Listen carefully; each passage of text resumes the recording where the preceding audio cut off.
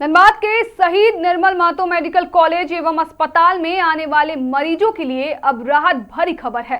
अस्पताल प्रबंधन ने इमरजेंसी सेवाओं को और अधिक सुलभ और तेज बनाने के लिए बुनियादी ढांचे में महत्वपूर्ण बदलाव किए हैं। नमस्कार, आप देख रहे हैं मिरर मीडिया। मैं हूं आपके साथ चंद्र सिंह।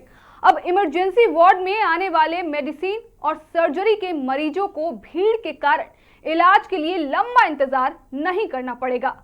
हाल ही में अस्पताल के इमरजेंसी वार्ड में मेडिसिन और सर्जरी विभाग के लिए एग्जामिनेशन रूम का विस्तार किया गया है। इस पहल का मुख्य उद्देश्य आपातकालीन स्थिति में आने वाले मरीजों को तत्काल अटेंड करना है। पहले स्थान की कमी और कम बेड होने के कारण गंभीर स्थिति में भी मरीजों को अपनी बारी की प्रतीक्षा करनी पड़ती थी, लेकिन अब नई व्यवस्था से इस समस्या को काफी हद तक सुलझा लिया गया है। मीडिया से बातचीत करते हुए अस्पताल के अधीक्षक डॉक्टर DK गिंदौरिया ने बताया कि पहले माइनर ओटी में जगह सीमित थी और एग्जामिनेशन बेड कम होने के कारण मरीजों को काफी असुविधा होती थी। अब एग्जामिनेशन रूम के विस्तार के बाद मरीजों को राहत मिलेगी। उन्होंने कहा कि इमरजेंसी सेवाओं को मजबूत करने के लिए 10 डॉक्टरों की टीम की तैनाती सुनिश्चित की गई है, जो 24 घंटे उपलब्ध रहेंगे। अस्पताल प्रबंधन का मानना है कि इस पहल से न केवल इलाज की प्रक्रिया तेज होगी, बल्कि मरीजों और उनके परिजनों को भी बेहतर अनुभव मिलेगा। जब मैं इस पद पर आया, सबसे पहले मेरा ध्यान यहाँ मरीजों के भोजन की तरफ गया, क्योंकि हमारी प्रायोरिटी होती है कि भोजन को एक स्वस्थ खाना मिले, साफ सुथरा खाना मिले, हाइजीन वाला खाना मिले। अपने स्तर से मैंने प्रयास करके उसमें काफ़ी सुधार किया, लेकिन मैंने महसूस किया कि इसके लिए एक एजेंसी होनी चाहिए आउटसोर्स, जो हमें ठीक से तैयार करके मरीज के बेड तक वो खाना पहुंचा सके, और जो आदमी इस पर रिस्पॉन्सिबल हो चुके।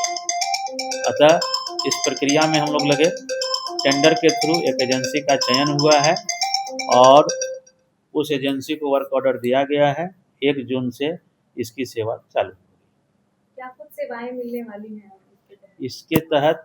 सरकार के द्वारा जो फूड का मेनू है, वो फूड एजेंसी तैयार करेगी और पैक करके मरीज के बेड तक पहुंचाएगी, जिसमें अभी तक हम लोग सफल नहीं हो पा रहे थे। वो काम एजेंसी करेगी। इससे क्या लाभ होगा मरीजों को?